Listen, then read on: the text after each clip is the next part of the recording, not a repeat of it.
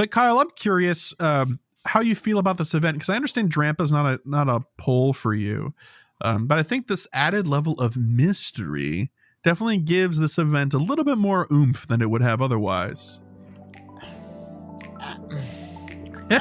You're like, I don't know if I should care, so I'm going to be safe. I don't want to be hurt again.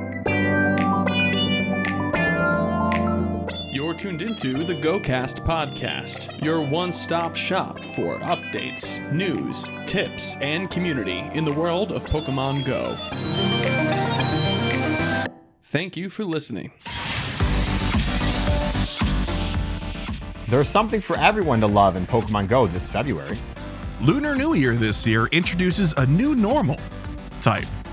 The in-game landscape is getting some much-needed TLC. A new raid day event. I wonder who it could be. And more on this episode of GOCast. Hello and welcome to the GOCast podcast, episode 268. It's January 30th, a Tuesday evening. We're at the end of January already in 2024. I can hardly believe it. I'm your host, Chris, and as always, I'm joined by my co-host, Kyle. Hiya. Hey, Kyle, how are you doing this week? I'm all right. Now it's not bitter cold outside. Yeah, that's true. It's been remarkably I don't want to say nice, but it's been okay outside. It's just not been miserable, but it's also very muddy. So don't like the mud. True. Not a fan. You can go outside right now without wearing gloves, and that's cool. We will take what we can get. All right. Well, we're back for another episode of GOCast. If you haven't caught on to that already, apparently I'm behind the ball here. But Kyle, you and I set some goals last week, and this was for over this weekend for the Team Go Rocket event, the Taken Treasures event, I believe is the name of it. And we set some goals. So I'm eager to hear what you did do. I already know how I did. And boy, okay. for you, though, your first one was Evolve and Annihilate. Did you get around to it? I did. Oh, nice. Okay. You have to defeat 20 dark and ghost types with it as your buddy. Is that the deal? Ghost and psychic types? Ghost and psychic. Yeah, it doesn't need to defeat them, which is nice. It just needs to be it needs to be your buddy. Needs to be your buddy. Doesn't have to be in your team or something when you do it. That's your buddy. That's a nice difference for sure. Perfect. Cool. Good for you. Buddy progress. I suppose this kind of begets the other, right? So yes, I did. Although it's not. The Annihilate was not the buddy that was progressing. He was my buddy to do that. Yeah, fair enough. Shadow Kyogre. I did one. I've done one so far. Are you going to do others? I will probably do one more because it was not good. What were its IVs? Like 7, 10, 11. Oh, really? I'll go double check where we progress, but yeah, not good. Okay. Yeah, I'm trying to remember what mine was. I rolled pretty well. Mine's 12, 13, 10. Wow. Okay, that's great. 1489 CP. So it's also greatly usable. Yeah, but not good. Not good. No, not good enough, but the potential is there. Hello, Kyogre. Where'd you go? Sorry, I was also your buddy.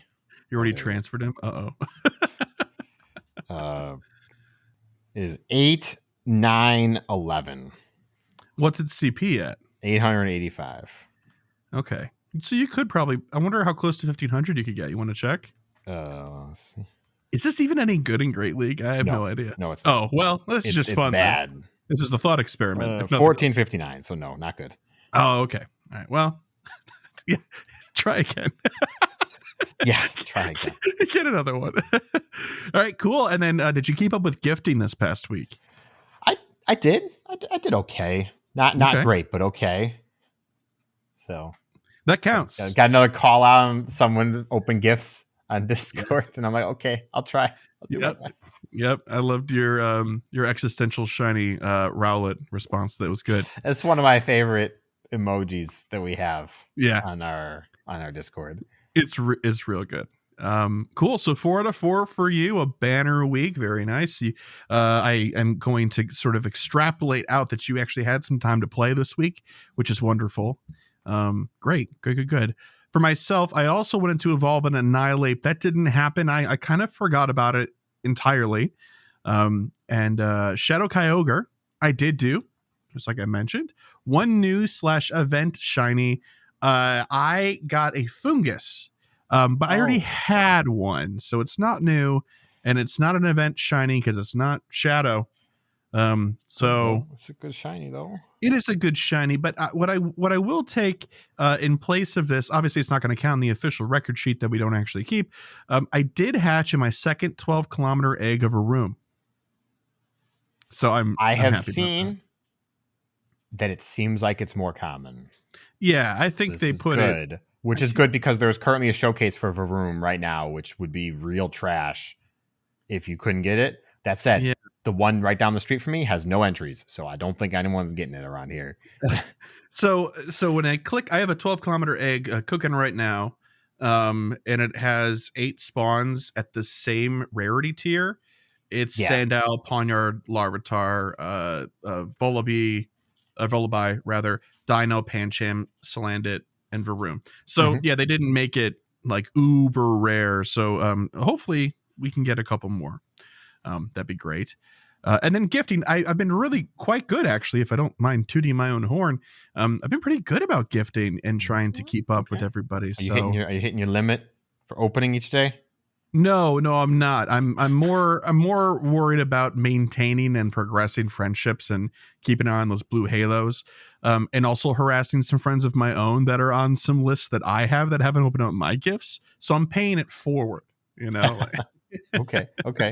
But alas, 2 out of 4 for me this week. Good for you, Mr. Kyle. Congratulations, even.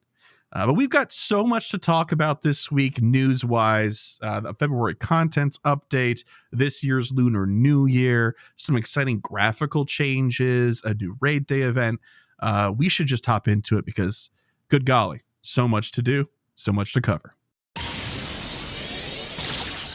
Yo, what up? It's the news. Okay, first and foremost, I suppose, like we always try to do, it would make the most sense to talk about the outer shell of the time frame in which we're going to be covering. So first, we'll start with the February content update, which was released as a series of 4 infographics on their social media. Again, so we're getting used to it. So let's talk about 5-star raids first. It's strange because this first date that was on the first thing starts in the middle of that month. So keep this in mind, I guess. For 5-star raids from February 15th through the 20th is Darkrai, 20 through the 21st is Cresselia, 21st through 22nd is Uxie, Mesprit, and Azelf. None of this is new, by the way. We knew about this because of that raid hours. February 22nd through the 23rd is Heatran. And now here's where it's kind of new. Just for this one thing that Kyle sent me a message about confused, and then I was also just as confused. February 23rd we knew was going to be Giratina O, but this post says February 23rd through the 26th is Giratina O. Now, from our understanding, Kyle, what did we sort of figure out? Because it was the 24th and the 25th have other folks in 5-star rates, because that's when Sinnoh Tour Global is. So what's going on there? Yeah, so I saw this and I reached out to Chris. I was like, wait, this is important to know. But then I had to think about it more because the Sinnoh Tour has just the 2 raid bosses, as far as we know.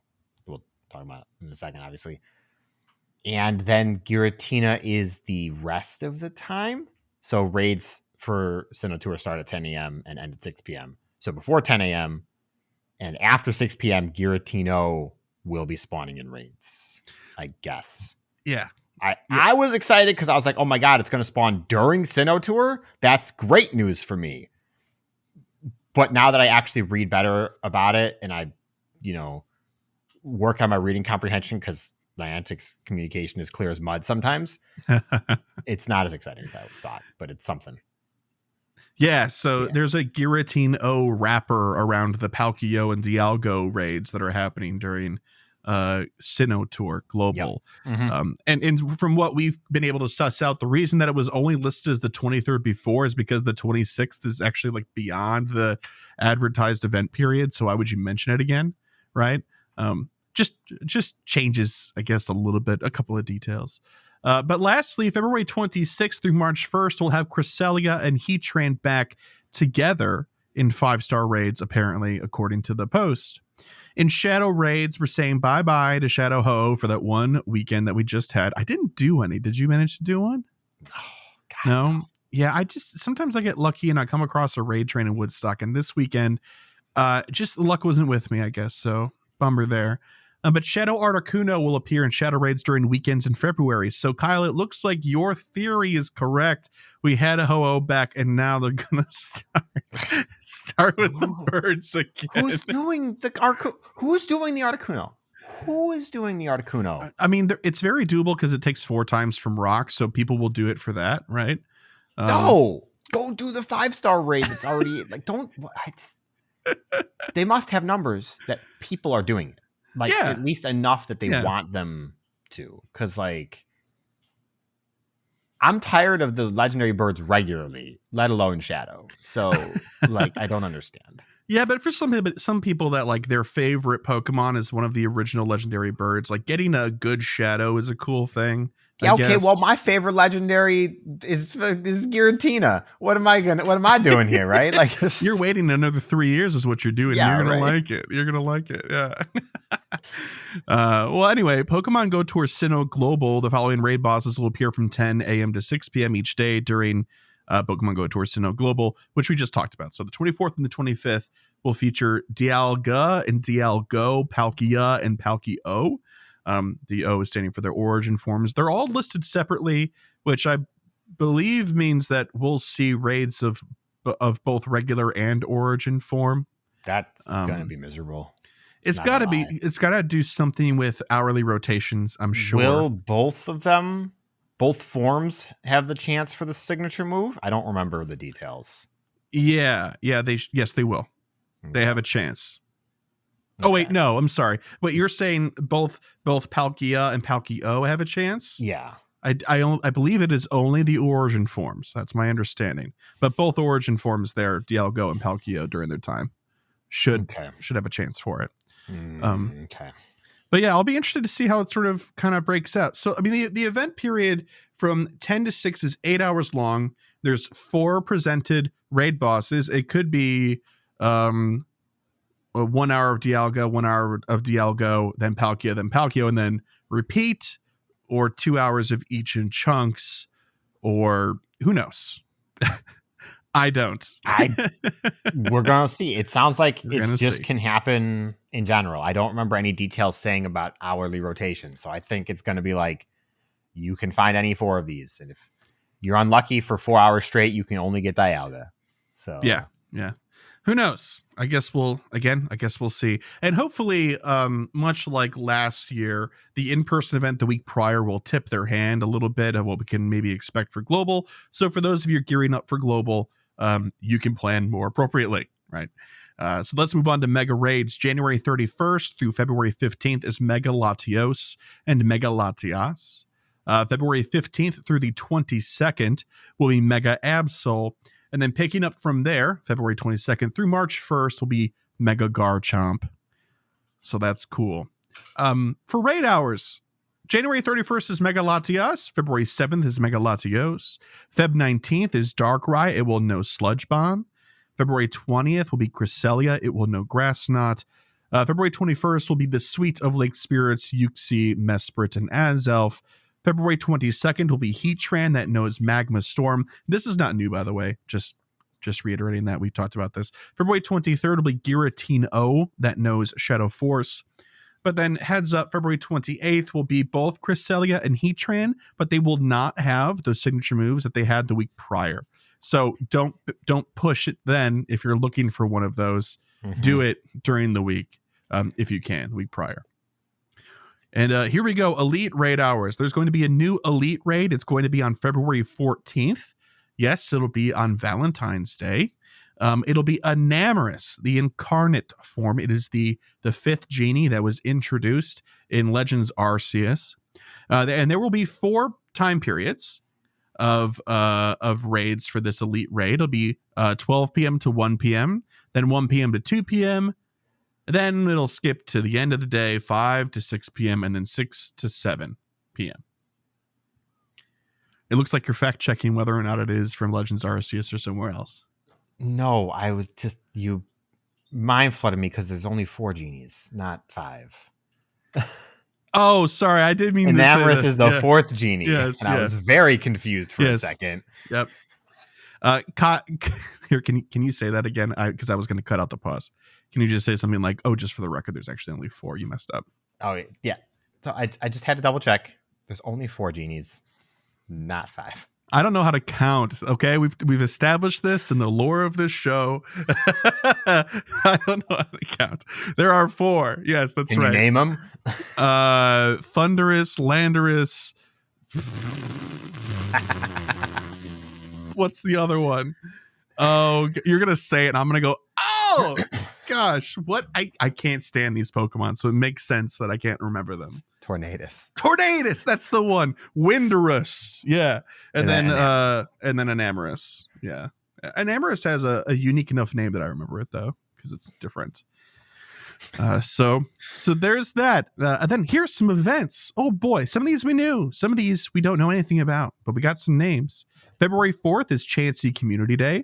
February 5th through the 11th is a Lunar New Year. Dragons Unleashed.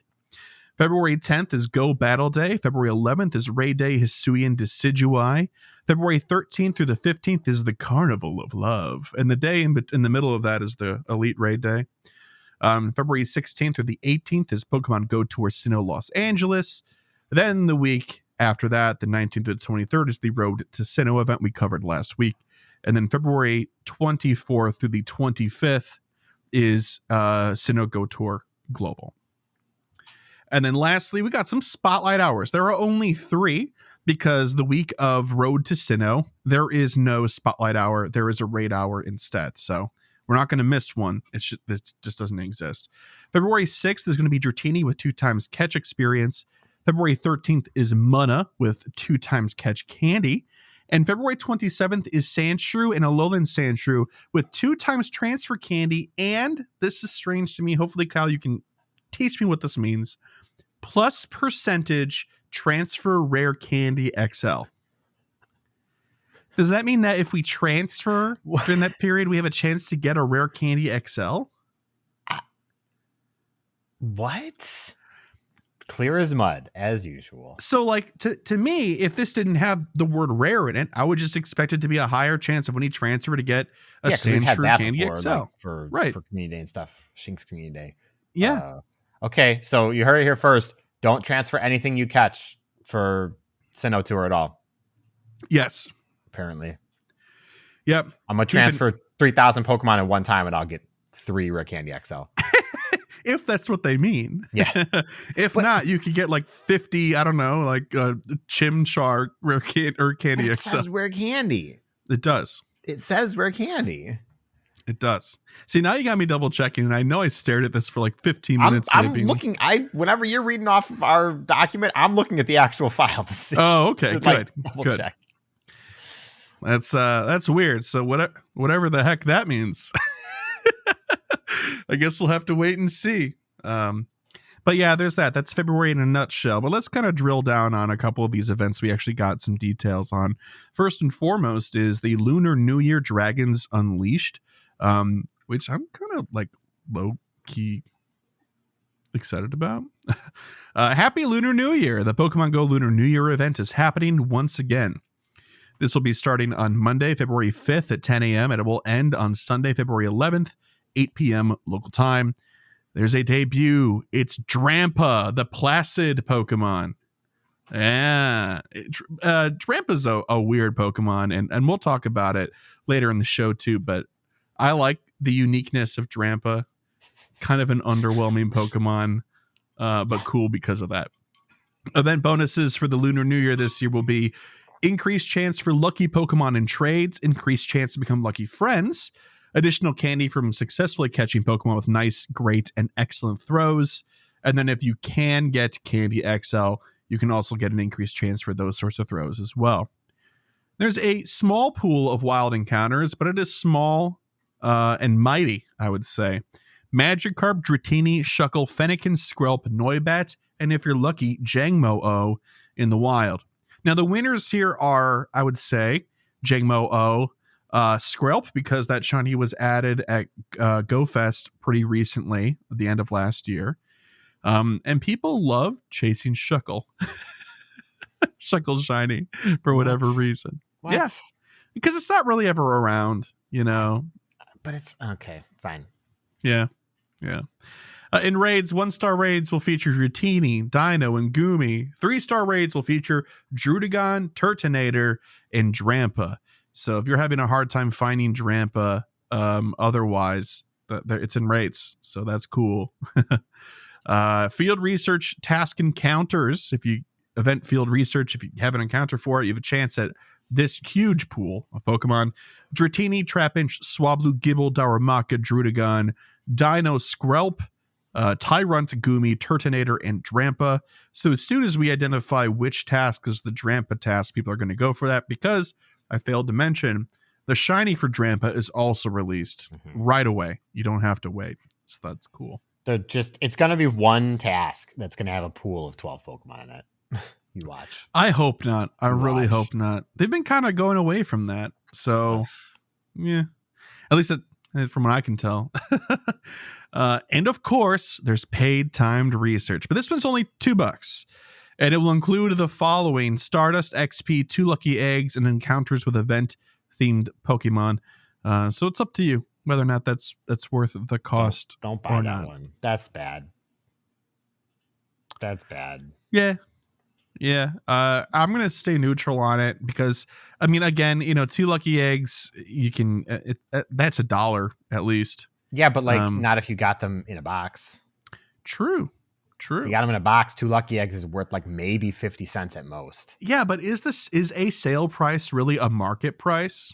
Well, I think the fact that most people don't buy from the shop directly counts. Yeah. No one buys a super incubator from the shop. It's a bad thing to do. Yeah, definitely. A terrible thing to do. Who would do that? I think I've done it twice. And those were moments of desperation when they weren't in boxes. Otherwise, I would have gone for that. That's it. I have bought lucky eggs from the shop. Yeah. Because they're not in boxes that often. Yeah. And I'll usually buy it right when I need it. But I shouldn't do it.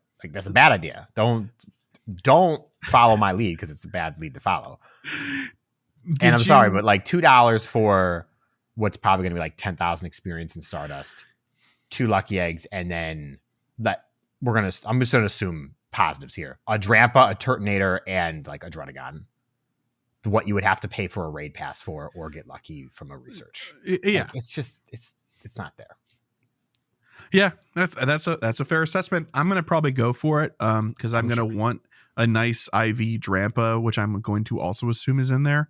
And I'm still looking for a shiny Druddigon. My word. All right, there's also a global challenge with this entire event.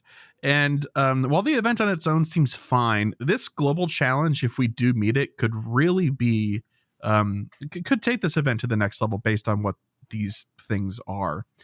A global challenge will take place throughout the event. Work with trainers around the world to throw 1 billion nice throws to unlock the bonuses below for all trainers to enjoy for the remainder of the event. As part of the global challenge and rewards, festive fireworks will also light up the skies. That's cool. So there's 3 segments here. Global challenge rewards featured attacks. There will be 5 Pokemon that can get featured attacks during this period if we meet the global challenge. 2 ground candidates, 1 fairy, 1 dragon, and 1 normal. Great. Hard to say if that's cool or not because we don't know what they are. I don't know how to feel. I'm going to assume, I'm going to go out on a limb and say that the dragon is going to be like Bagon. I'm going to say the dragon move is going to be Bagon. Probably. This next one is the thing that I think is most exciting. Global challenge rewards wild encounters. There's 7 additional wild encounters that they're going to add to the pool if we meet the global challenge. 6 of those 7 can be shiny. And if we take a look at the pool, it is just 7 besides. So I'm not quite sure how to suss out what they could or couldn't be, because my guess for the one that wasn't shiny would have been Jangmo-O, but it's already in the wild pool. Yeah. I imagine one of them is probably a Gumi on this list here. One of them's a Bagon. Drampa maybe in the wild too. Yeah. Oh, it'd be so sick if they put Druddigon, Turtonator, and Drampa and Gumi in the wild. Oh my gosh. They'll never do it, but it'd be so cool. Oh man. So there's that. That could potentially be awesome. And then lastly, in raids, they would also add one star raid. That's a mystery, not shiny eligible, and 1 3-star raid, which is a mystery, but is shiny eligible. So do with that speculative knowledge what you will. But Kyle, I'm curious how you feel about this event, because I understand Drampa's not a pull for you, but I think this added level of mystery definitely gives this event a little bit more oomph than it would have otherwise. You're like, I don't know if I should care, so I'm going to be safe. I don't want to be hurt again. I disagree. I think it's the opposite. Oh, okay. I think, first off, I know 1 billion catches might sound like a lot to some people listening. We will finish that in the first day. It's not It's not even a question. If you think about it, if you think about how many people play Go, it'll be done before the first day is over, almost without a doubt. Which leads me to the point of, I know nothing about this actual event. I know that this event has Drampa in it, and that's it. Because there is more hidden than is told to us. Yeah. Yeah, I mean, it's about dragons. It's in the title, Dragons. It's about dragons, and there are no dragons spawning. There's Dratini. And then a rare chance of Jangmo-O doesn't count. This doesn't exist until I see them in the game. What about Noibat? He evolves into that one. So doesn't dragon, count. Right? Doesn't count. No. Okay. You have so many dragons you've toted out for so long. They're not special anymore. You could put them in here.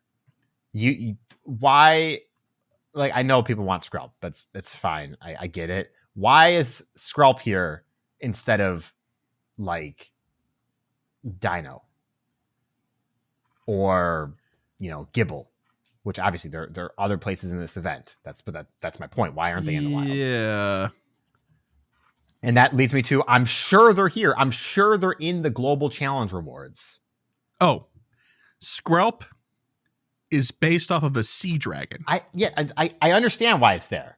And Magikarp turns into a faux dragon. Why is Fennekin there then? That's the one I got nothing. Why is Shuffle there then? Like, obviously Fennekin, like maybe Year of the Fox joke or whatever. It's red. I don't know. That's all. It feels like the identity of the event is so strong, and the features of the event are not. I feel like last year we had Year of the Dog ? I remember so. Year of the Dog was very obviously dog forward because we have some great Pokemon to put in there. Yeah. And it feels like this is the missed opportunity, and it's all hidden behind question marks that would probably make it a better event for me. And I'll probably care a little bit more after we've unlocked it. Mm-hmm. Of course, they're not going to tell us. We're just going to have to go and look online to see what Pokemon everybody's encountering, probably. Yeah. And like you said, we'll probably meet this goal in the first day. And so, I mean, we'll know pretty soon. So like, it's not a bad event. It's certainly not bad. I don't like that half of the event is just straight up hidden, though. Like, this is the opposite of communication that I want to see. It's true, but I will make an exception because they told us what sort of things they're going to be. Oh, these 5 are getting attacks. It is slightly better. I think that if you have a challenge, it should unlock bonuses. It should unlock, the catch experience from excellent throws, not these Pokemon are going to be in raids. Sure. Because I want to plan. I want to plan when I'm doing raids. I want to expect to go out and do raids, not spur of the moment most of the time. I mean, I think 3-star raids having Druddigon, Turtonator, and Drampa is actually pretty good. All 3 of those are shiny chases. Yes, they're the 3-star raids are right. Yeah, the 1-star raids are not. I mean, Gumi is a good one. No, 1-star raids are not. Okay. I did 75 Gumi during GoFest. I would never want to do another one again. Even if I didn't have the shiny, I would not want to. Have one, and I need to do more because I need more shiny Gumi. Well, all right. Anyway, I guess much like other things we've been covering lately, we'll just kind of have to wait and see after we know what these mysteries are to fully sort of assess this event. But my take is that it looks pretty good. I'm very excited about Drampa. I like Drampa, and once we cover it later, you'll know why I like Drampa. Okay. And I like the paid time to research being only $2 instead of $5. I mean, it is scaled down to match it in excitement and what it delivers to you. But it, for me, who's going to buy the research regardless, because I just do them all. I just do, mostly so that we can talk about them. But also because I'm a completionist. I appreciate that it's $2 instead of $5. So, hey, but there's that event. Good luck out there, trainers. Next up, this is the smallest yet probably the most exciting piece of news we have this week. Testing visual changes. Trainers in the coming months will be testing visual changes in certain parts of the world. We continually strive to improve the Pokemon Go experience. As such, we want to ensure the changes we make are beneficial to and make a strong positive impact on the greater community, as well as each individual trainer's experience before we launch them globally. Trainers in these regions may see the following: visual changes to the in-game Pokemon Go map, including encounter screens. And there is no second bullet point, it's just that one. Now, that may sound underwhelming, but if you saw some of the screenshots that they have, and I would encourage you to go take a look at the blog post, you'd get why this is exciting. Since Monster Hunter Now came out, Kyle and I have been harping about how good the landscape in that game looks. Now, Kyle, based on the screenshots you've seen, do you think that this matches what you would have wanted them to do? Is it under? Is it over? Are there screenshots of like the map, or is it only encounter screens that you've seen? I've only seen encounter screens. I've seen encounter screens, and I've seen it in the I believe I've seen it in the overworld. I thought there was one in the collage here for this post. There's nothing in this post from the one that you have linked here. I think it's on their social media. Oh, okay. I haven't seen the map. I think the encounter screens look good. Yeah. In a static image, it looks good. I like it a lot. Like it is a positive change for me. Yeah. It's cool. It is very, very cool. The overworld map has been in need of an update for a long time. It's very flat. It's very vanilla. It's very boring. And so this will make it great. Well, better. We'll have to see. Mm-hmm. Next up, February Eggs-pedition access. Nothing new here, really. We've had 2 months of this now, and this is the February one. So $5, and you get access to the regular bonuses. Eggs-pedition access includes time to research opportunities, bountiful bonuses that supply trainers with incubators, increased gift storage, and extra experience. And then it will also give you encounters with Pokemon found in the Hisui region, such as Gibble, Togetic, and Hisuian Growlithe. And there's that. So it gives you the free one-use incubator when you spin a stop, all that sort of stuff. So if you've been enjoying it the past 2 months, it's more of the same. I have been. It's been great, so I will continue to buy these. I just wish it was an automatic thing instead of every month. Maybe it'll be different. It's kind of weird. Well, I read the text and now I can't find it. But this is the last one of these. They only said they were going to do 3 months initially, and then they were like revisiting it at the start of this last season. So we don't know what it might necessarily look like for March. True. And this one, by the way, does have a set of avatar items that it unlocks with it, inspired by the red security core outfit from the Pokemon Legends Arceus video game on Nintendo Switch. Mm-hmm. Only available on the web store. Only available on the web store. Yeah, if you have the ticket. Okay, interesting. Yeah, that's a good point. So if you're going to purchase this and you do want the avatar items, go buy on the web store. Cool.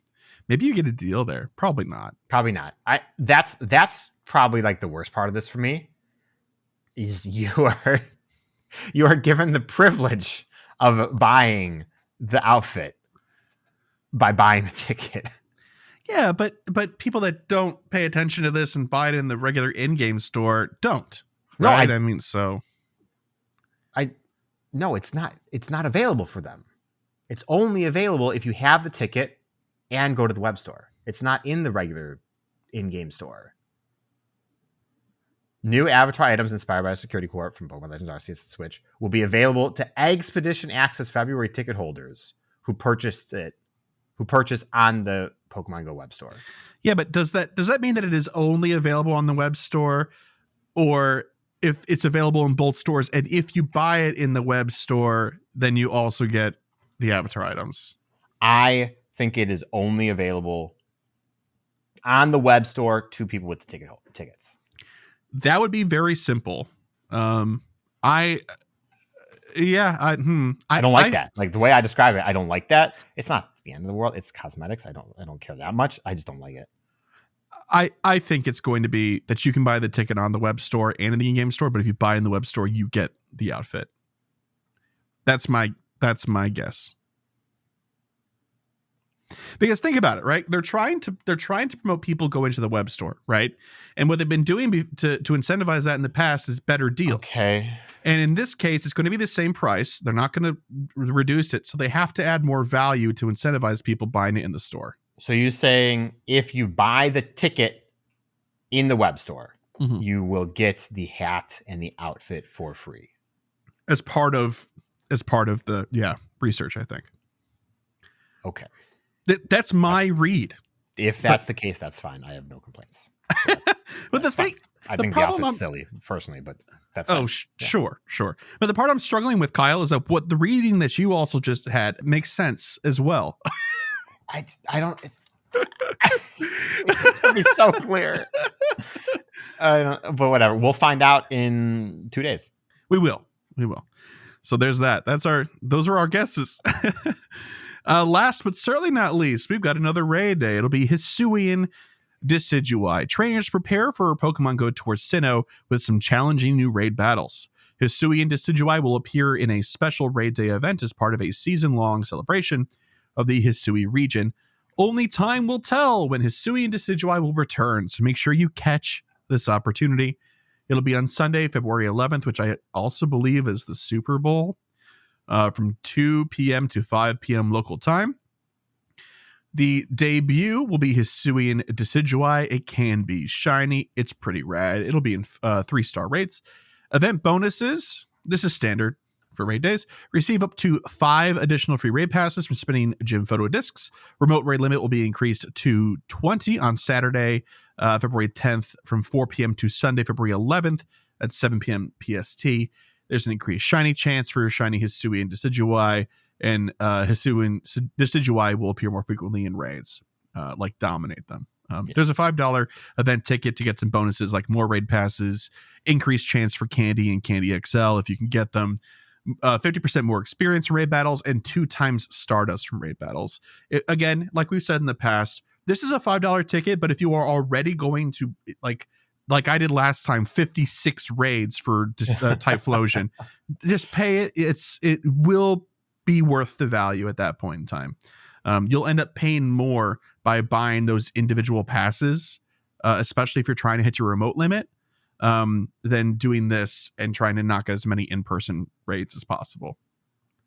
So should be more value there. Kyle, are you going to participate in Hisuian Decidueye raid day? It's not as hype as Typhlosion was for me, at least. I'll do what I can, but it's on a Sunday. I'm working that Sunday because apparently all 3 of these raid days are going to be on Sunday now, I guess.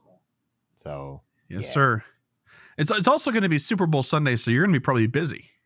At that time, yeah, and then by 4 o'clock it'll be dead. But everybody will be on their couches at home, or couches at their local bar and eatery or something. Who knows?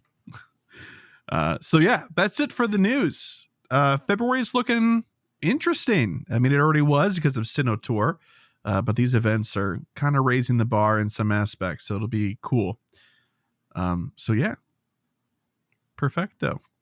Kyle, I think it's the right time, don't you, for Gear Up? Yeah, I think so. We've talked about the news enough. Okay, all right, let's close the news and let's open up Gear Up. This week on Gear Up, I'm going to do a quick Sinnoh raid guide for Sinnoh Tour. just real quick, very simple, so you can be ready in what is it now? 3 weeks, 2 weeks if you're going in person, 3 weeks if you're doing global. Yep. Because first up we have Dialgo, which is now fun that we can say that, I suppose. Yeah, buddy. The dragon that's not weak to dragon. It's weak to fighting and ground. So just some top counters, but just about anything works for of these typings. You got Groudon, Landorus Therian form, Machamp, Lucario, Conkeldurr, Excadrill. Anything Shadow is obviously better if you have it of what is listed here. And that's it. Dialga's not too fancy, all things considered. You can trio it. You can duo it if you're really good and you have weather boosted. It's very tight. You can trio it for the most part if you're competent. I wouldn't try. It's not really worth it, but you can. It's a slog. Theoretically, on paper, it's possible. Next up is Palkia and Palkio. It's weak to Dragon and Fairy, which basically means you're going to be using Dragon types because Dragon is overwhelmingly better than Fairy for the most part. Yeah. Which leaves us with Rayquaza, Haxorus, Dialga. Dialga's good against Palkia, but Palkia is not good against Dialga. Got a real Groudon on Kyogre thing going on every time. Uh-huh. Gardevoir, really only Mega Gardevoir, although regular Gardevoir will do fine. Mm-hmm. Garchomp and Xerneas. Xerneas is better than regular Gardevoir, but Mega is better than Xerneas. So keep that in mind. And again, Shadow where applicable. So Shadow Salamence will be very good. Shadow Garchomp's a thing, right? That's Shadow Gibble exists. I think it does. It was on the list. I just don't know if that was real. I don't remember. Okay. Well, if that exists, do I have one? If that exists, use that. I don't think it exists now that I'm thinking about it. And I think that list is being very speculative that I saw. Yeah, no, I don't have one, but that doesn't mean it doesn't exist, I guess. Yeah, I don't think it exists. Don't worry about that. That's it. We'll keep it real simple. They're not very fancy raids. The origin forms will be very slightly harder raids, but not enough that you're going to notice the difference. And that said, I can now issue a correction for last week. The origin forms do have slightly higher stats. And when you're talking, especially up to like Master League, it's like 5 points higher in attack and defense, and the stamina is about the same. So that can potentially matter if you're playing at that high of a level. Can you even do that? Can you do like primals in Master League? They're not primals. It's a form. It's not a shapeshift though. This is like using Giratina versus Giratina. Oh no, you're 100% correct. Yeah. Oh geez. So, okay. So fair game. All right. Yeah. They're fair game. Shout out to Triptando for that. Right. Yep. Yeah. Yep. Cool. Thank you, Trip. Cool. I think we're all ready for all of our rating we'll be doing on a global tour, if not at LA prior. So thank you very much. All right, then we're gonna take a quick little break here, and when we come back, it'll be Pokélore time, and I've already let the cat out of the bag, so to speak. So you already know what's coming. See you there. Okay, it's Pokélore time. We're gonna talk about a normal dragon Pokemon. It's Drampa, the placid Pokemon. I love Drampa, and I hope you do too by the end of this. Drampa is a serpentine Pokemon similar to a Chinese dragon. Most of its skin is bluish green, but the lower half of its face and the underside of its neck is a pale green. There are 3 spots on each of its sides that are also light green. It has pink eyes with rounded yellow eyebrows, short whiskers resembling a mustache, floppy ears, and a small white beard with a circular extension. On top of its head is a mop of white hair split into 4 rounded sections, 2 draped down either side of its head. Fluffy white fur drapes the lower half of its body and conceals its arms when they are tucked against its chest. When its arms are spread, 2 short claws are revealed on each hand. It has a bushy white tail with a small curved spike at the base. This draconic Pokemon lives alone in the mountains 10,000 feet above sea level. The berries it feeds on do not grow at this altitude, so it descends to the base of the mountains daily at dawn. It loves communicating with people and Pokemon, and is especially gentle with children. It will often appear in areas where children gather and play with them. Despite its gentle nature, it becomes enraged if a child it cares for is hurt, and can go as far as to burn the bully's house down if able. Let's go. As seen in the anime, Drampa is capable of flying. Stats: max CP at 40 is 2914, at 50 is 3294, 186 stamina, 164 defense, 231 attack. Best moveset's going to be Dragon Breath mixed with Outrage, and it really doesn't have a good secondary charge move, but you could take Dragon Pulse, but Outrage is superior. So unless those movesets change before it comes out for this event, I suppose. Drampa's great. I love it. You know, it's as crazy and energetic and over the top as Pokemon tends to make its dragons. I love the tonal shift that Drampa provides. It's like, yeah, he's just hanging out. He's just an old guy doing his thing, likes kids, hates violence. Yeah, you know? Yeah, okay. I mean, I think Drampa's mid. I don't dislike Drampa. I don't love Drampa. It's all right. I never forget about it. I will say that its theming is very strong, and for whatever reason, I'll never forget that there is a normal dragon named Drampa. Yeah, so like you said, Drampa is mid, but here's the thing: is I feel like Drampa is designed to kind of be mid.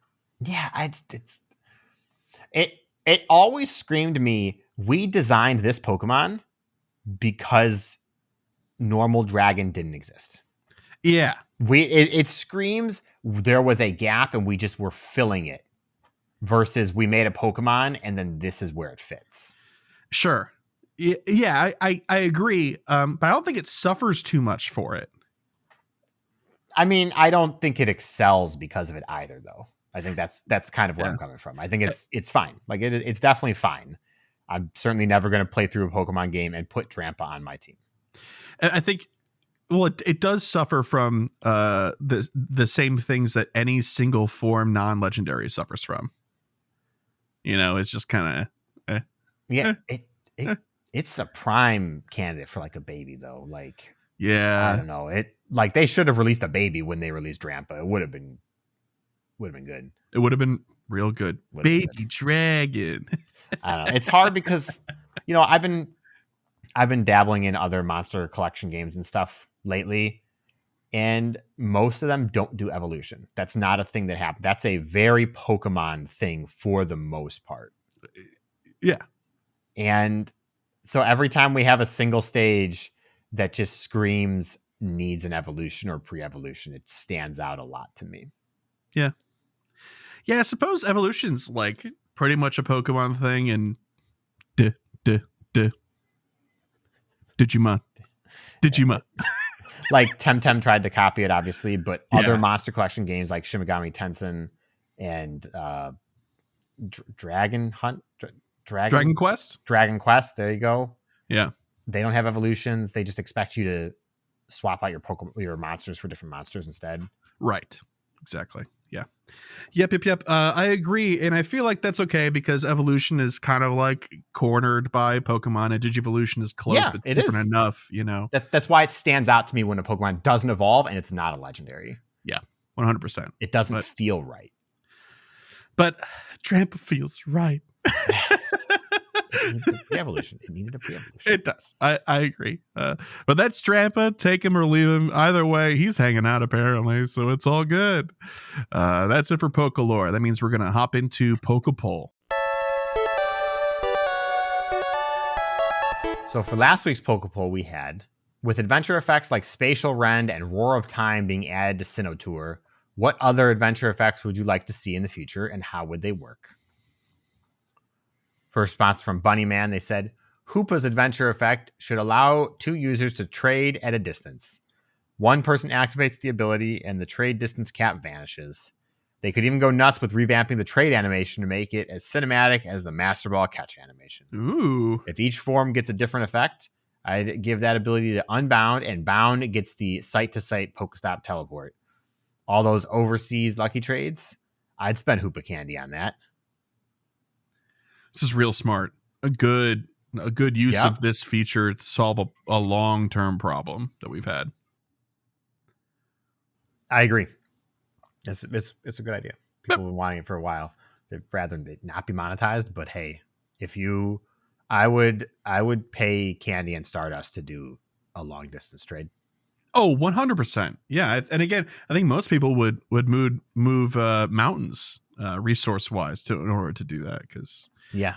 I don't know, something we talk about at least once a month on this show is people pining over not having long distance remote trades and stuff. Yeah. Yep. All right. The next response we have is from Del Hazard, and they said, I think Arceus' unique move is Judgment. So I don't think this makes much sense, but it would be awesome if they could implement space-time distortions and alpha Pokemon somehow from Legends Arceus. For example, when you activate the adventure effect, it distorts the area around you or on a Pokestop like a lure, and you get unique spawns with a chance to spawn an alpha Pokemon. I don't know about the alpha Pokemon. I think those are going to stay in Arceus forever, but I'm all for the unique spawns effect and stuff like that. Yeah. Yeah. I mean, I really like the feature of alpha Pokemon, but that introduces a lot of interesting potential problems for competitive and stuff like that, unless you just keep them out, in which case then what's the point, right? Yep. So yeah.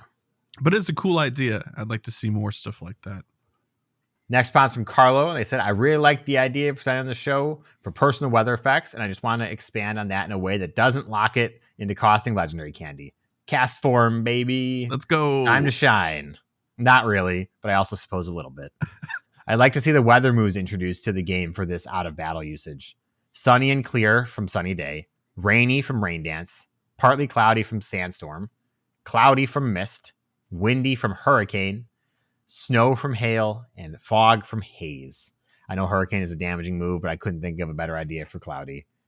Anywho's would work similarly to Dialga Palkio, but you need to set your buddy to a mon with a weather-changing move and pay the candy/dust fee. It'd be super useful on Community Day for players wanting to guarantee a boost for better stats or no boost for PvP possibilities. Yeah. Yeah. Yep. I like that. Although it's really, I do firmly believe it has to stay tied to a legendary, because otherwise the cost is not going to be prohibitive enough to tie it to a value.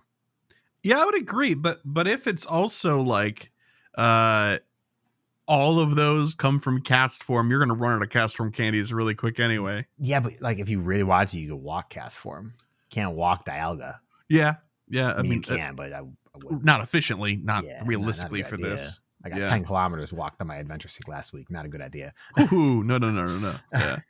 But I would love this. I'd like to see all for weather. The weather being able, I know it's probably tied to client side for the game, obviously, but being able to manipulate that in some way would be pretty cool. I bet you this is an idea that they've thought of or talked about in the past, especially when they talked about this sort of stuff. It's like, okay, yeah, weather effects are a thing in game, and weather is in our game too, so it makes sense to try to do something. And I'm sure they look at it and go, kind of complicated. They're probably like, oh, we can't do that. Yeah. We can't do that. But it's a good idea, and I wish they would. Yeah. Last one's from Eevee Lover Nia from Spotify. They said, maybe the choice to battle or just catch the wild Pokemon, but you only get one Pokemon to fight it with. So yours gets knocked out, the other Pokemon flees. Oh. Yeah, it would kind of bring back sort of like a classic sort of approach to catching a Pokemon. Yeah. Okay, yeah. Mm-hmm.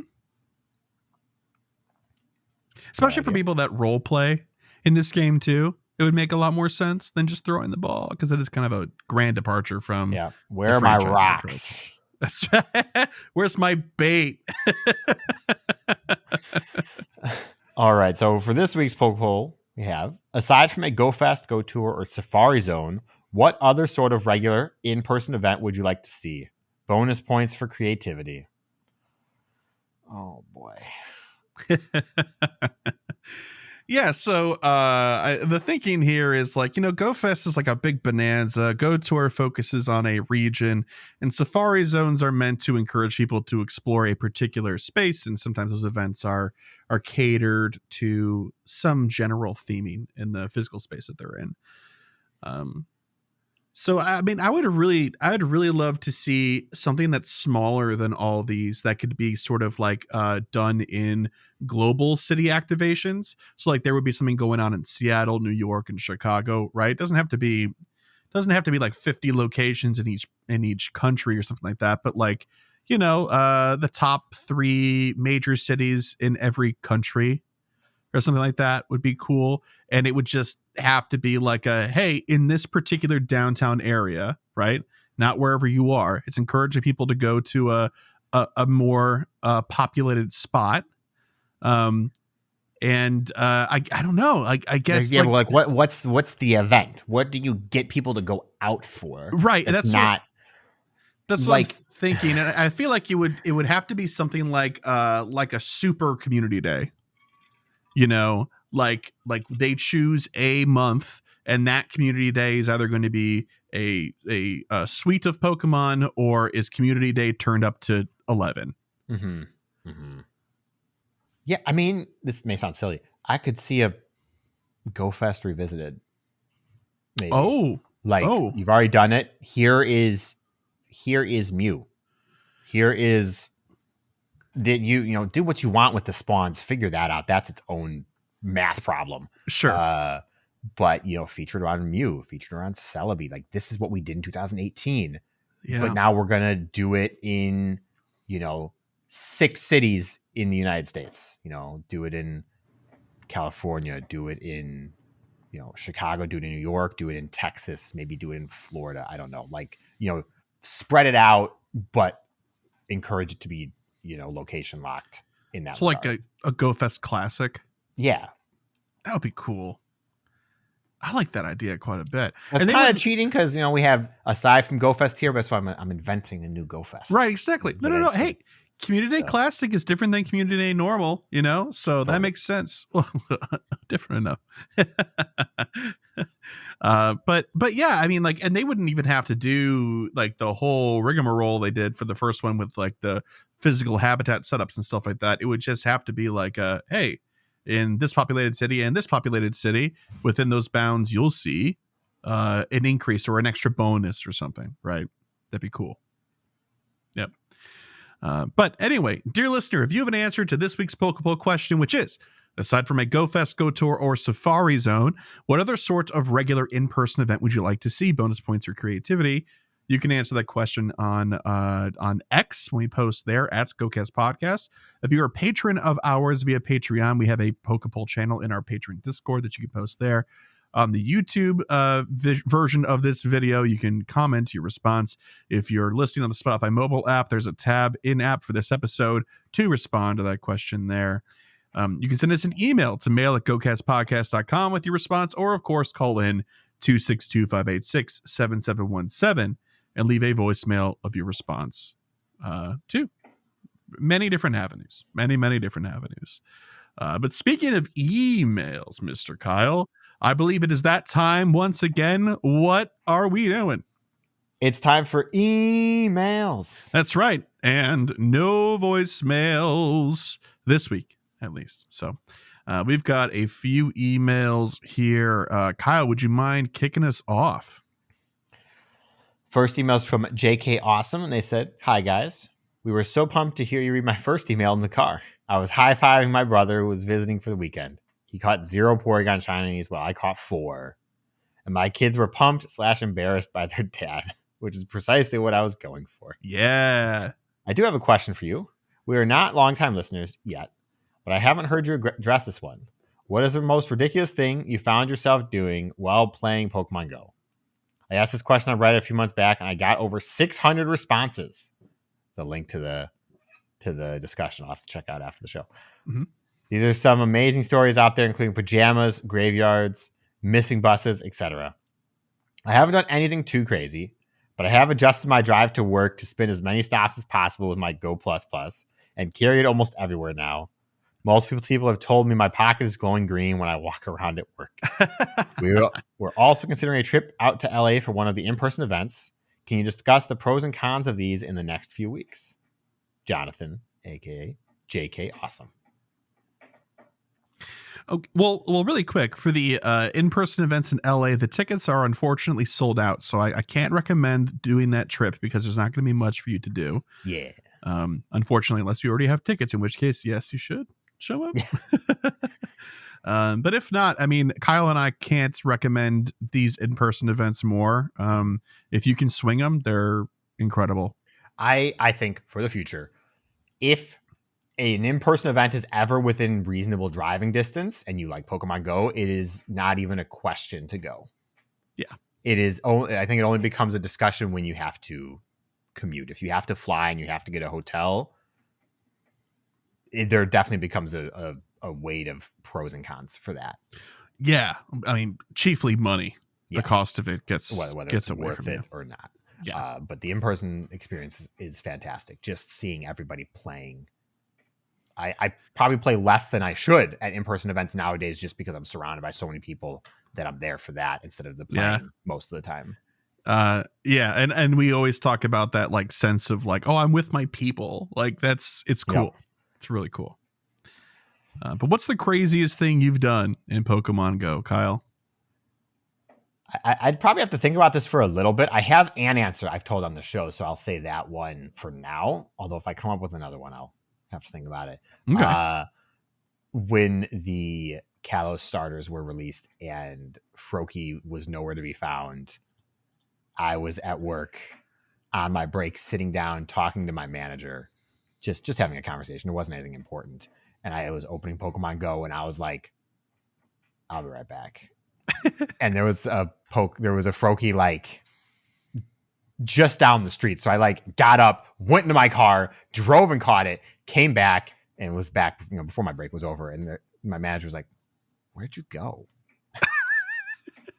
And I went frog hunting. It was Pokemon. Yeah. Don't straight up. Because she knew just enough that she wanted to make. Like she didn't know any. She was, in her late 40s, so she didn't really grow with Pokemon, and so she tried and make like Pokemon jokes to me and stuff like that. But yeah. So she knew, and she was like, "Oh, okay, yeah." Fine. Jeez. Hey, that's cool. Yeah. I mean, I've ran out of the house for a spawn before, like in the middle of the night, but I feel like probably the craziest thing I've ever done was 500 raids of summer, and that was before remote raids were a thing. Yeah.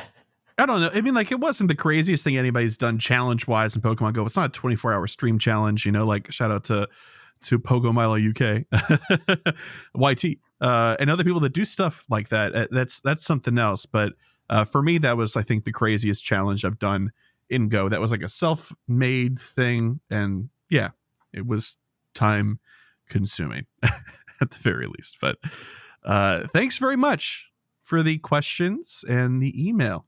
Appreciate it. Next up is an email from Del Hazard, and they said, "Hello guys, Del Hazard here. It's been a little while since I've written in. I hope you and the team are doing well, and I love the addition of Star Piece to the feed with Lachlan. We are also fans. I've had a few thoughts regarding the game I wanted to share with you for discussion. Since the remote raid changes, I've started to feel the effects of limited interaction with in-game friends. Currently, the only way to interact with global friends are gifting, raiding, and friendly PvP. Gifting is a once-a-day interaction. For some of us, please open my gifts, Chris, LOL. Whoops. And once you reach lucky friends, the interaction stops until you eventually meet and trade for a 12-12-12 lucky Pokemon. That's right. Raiding is still possible. However, we're all aware of the current limitations. Not writing in to complain about this.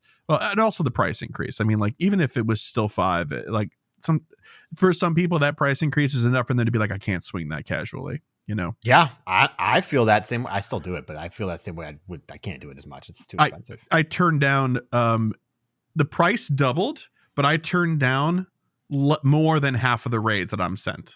Oh yes, because of that. Friendly PvP. I honestly don't know why anyone would do this unless it's for practice battles outside of GBL. It's a very realistic thing. So my question to you and the community is, what new feature would you like to see added to the game which allows for meaningful interaction with global friends? I'm sure we all have friends that we know through Discord and X/Twitter and are now lucky friends, but unless travel is in the cards, you're unlikely to meet them. Furthermore, if you don't raid, you'll basically never see them in game again. Bit dramatic, but you get the idea, I hope. Here's an idea that I had. While you have Lucky Friend status, you have the opportunity to randomly get a rare Pokemon encounter upon interaction, similar to the weekly breakthrough encounter pool, with a small chance of the current legendary in rotation, like the GBL rank 20 reward. You would only get this encounter once per day to keep it balanced, so the more friends you have, the more chance you have at getting the encounter. There's probably some issues with this, like prioritizing interaction with Lucky Friends over building friendships with new friends. Really, though, I'd like a completely new way of interaction, such as leaderboards, clans, daycare, or wonder trades.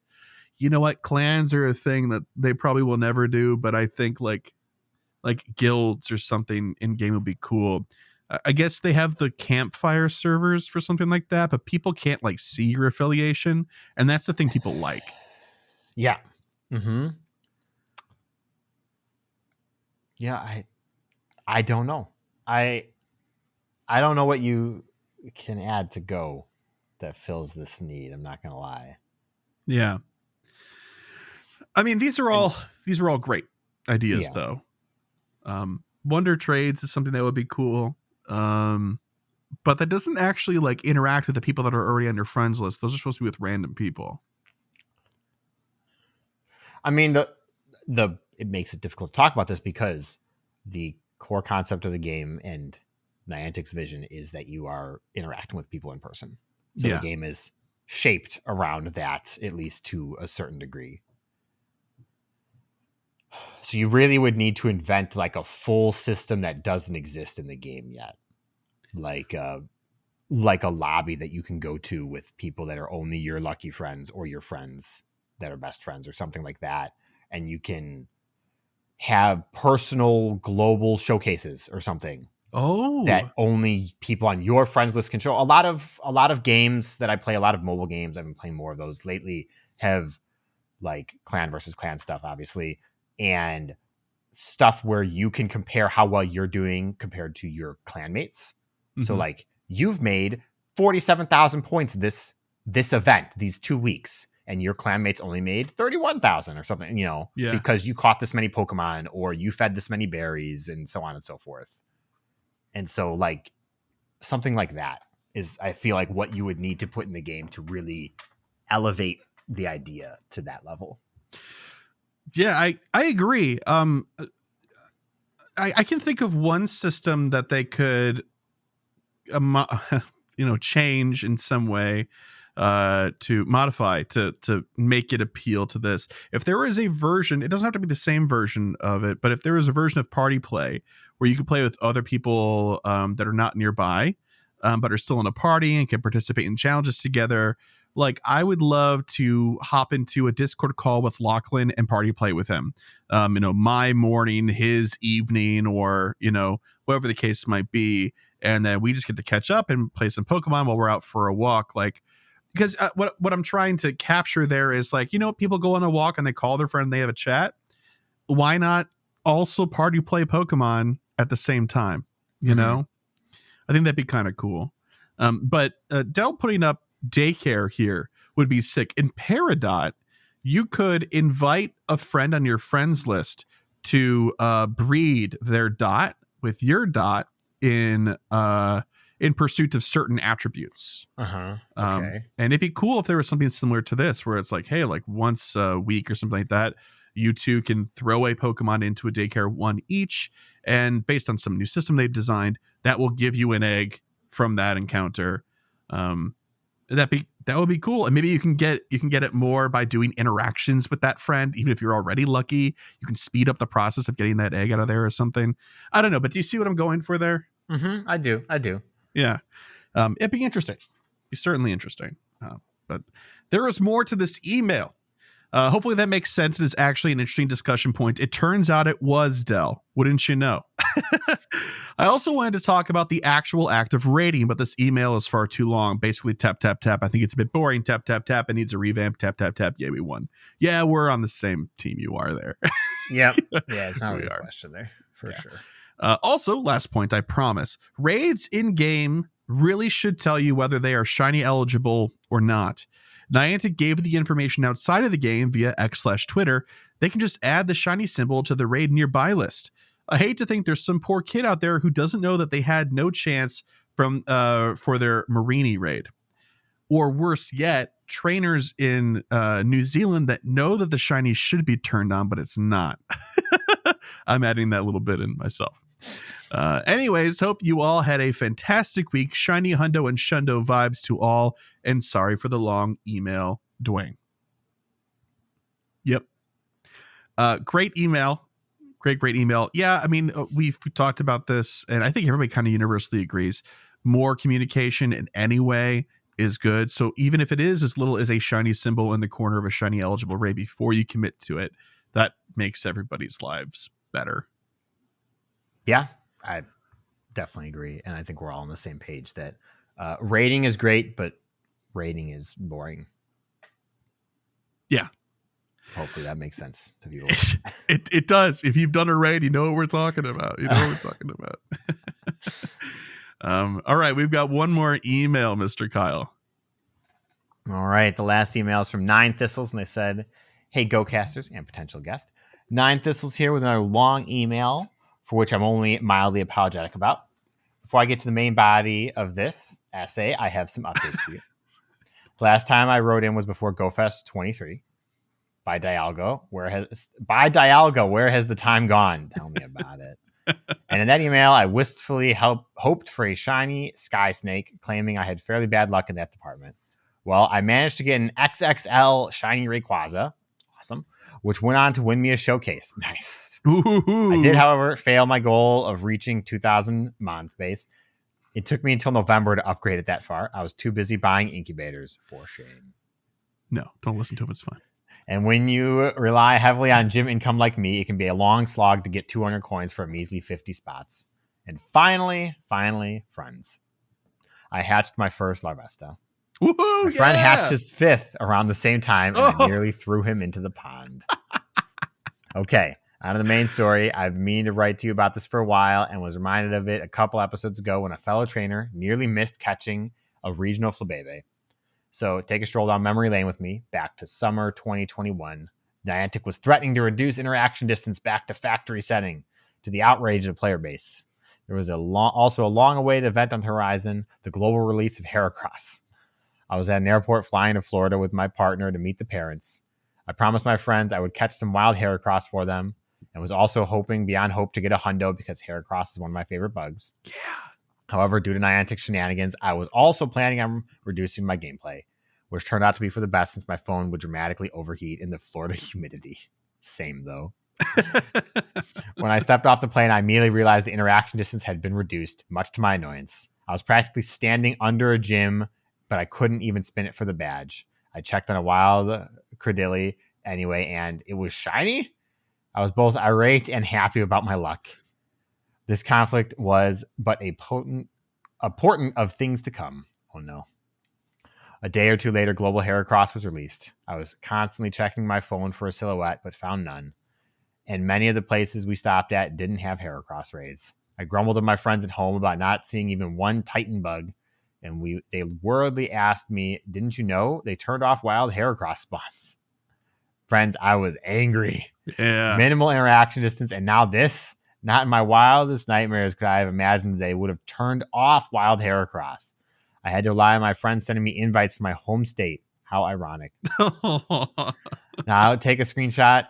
Now take a look at the screenshots that I sent along. I managed to not only get a shiny, but also a hundo, one from a raid and the other from the daily spawn. Wow. Ooh. I don't know what kind of luck I was packing that trip, but I doubt I'll ever see that kind of magic again. And my friends decided I wasn't allowed to complain about anything ever again. Even my partner, who doesn't play Go, was highly amused by this turn of events. One last thing before I go, I wanted to shout out Kevin Red Bull for getting you guys riled up with the simple phrase "purified Mewtwo," because that legit made me laugh out loud. May the Lord Sinnoh bless you with shundos. Later, guys. 9 Thistles.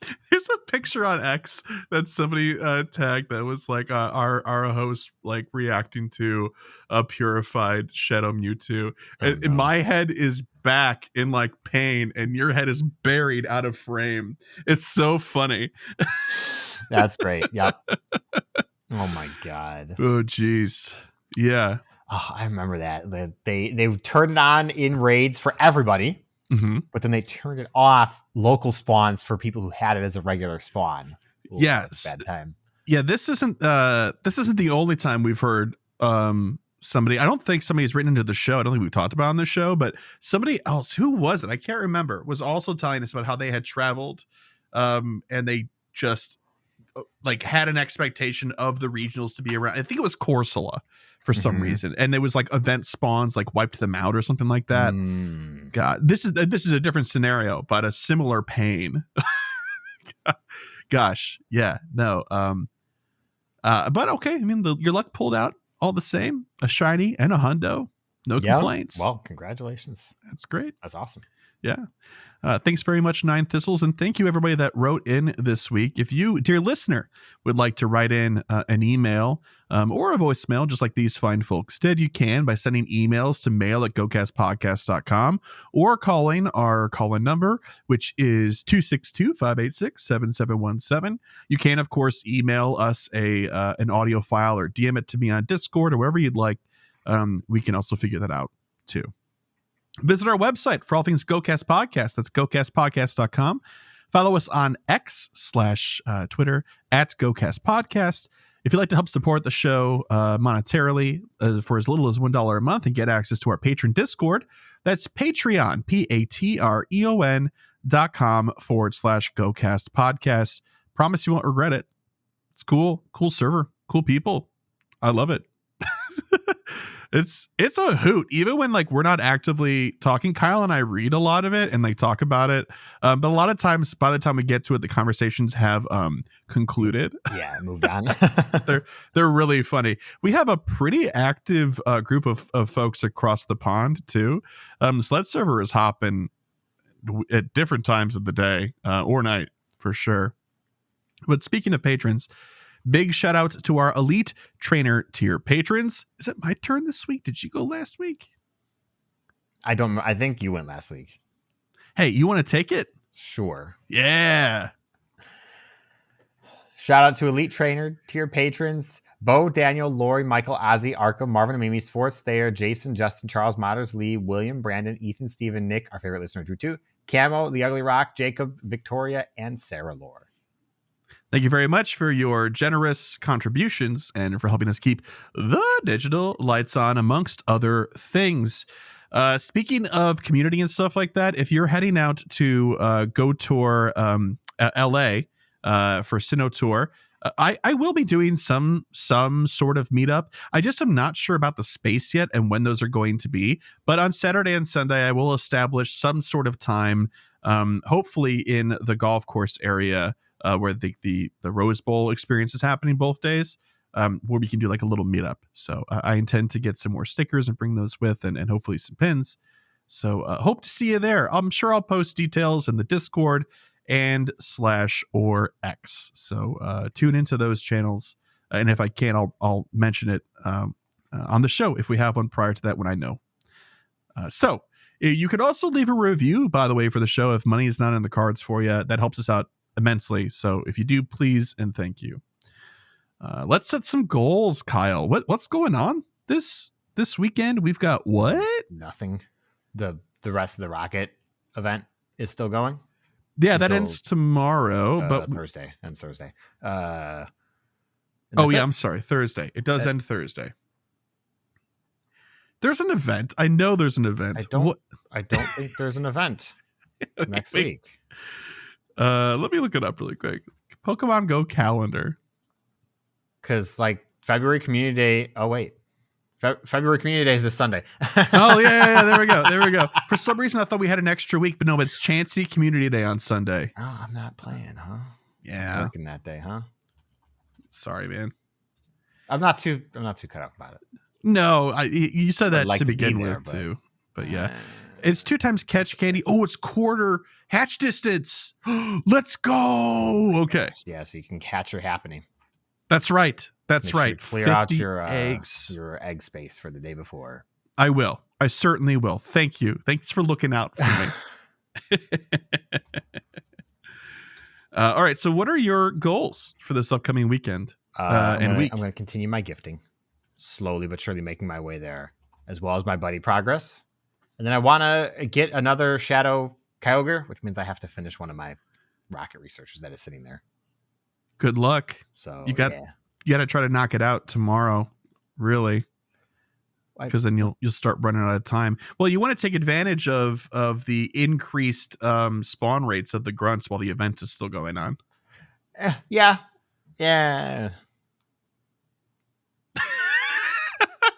Yes, but I also don't like doing Team Go Rockets. Is the Timeless Travels? Do we have all 14 missions of that out now? Yeah. So the Rocket Raider is that like 13 or whatever? It is 12, and then there's one more step beyond that has some more Team Go Rocket shenanigans, and then there's the 14th page, which is gravy. Yeah, claiming. Okay, yeah, we're gonna try and do that. I have a lot of time to get the Kyogres now. Like 3 more months basically, but nice. Yeah, so that's what we're gonna try and do. Very nice. Okay.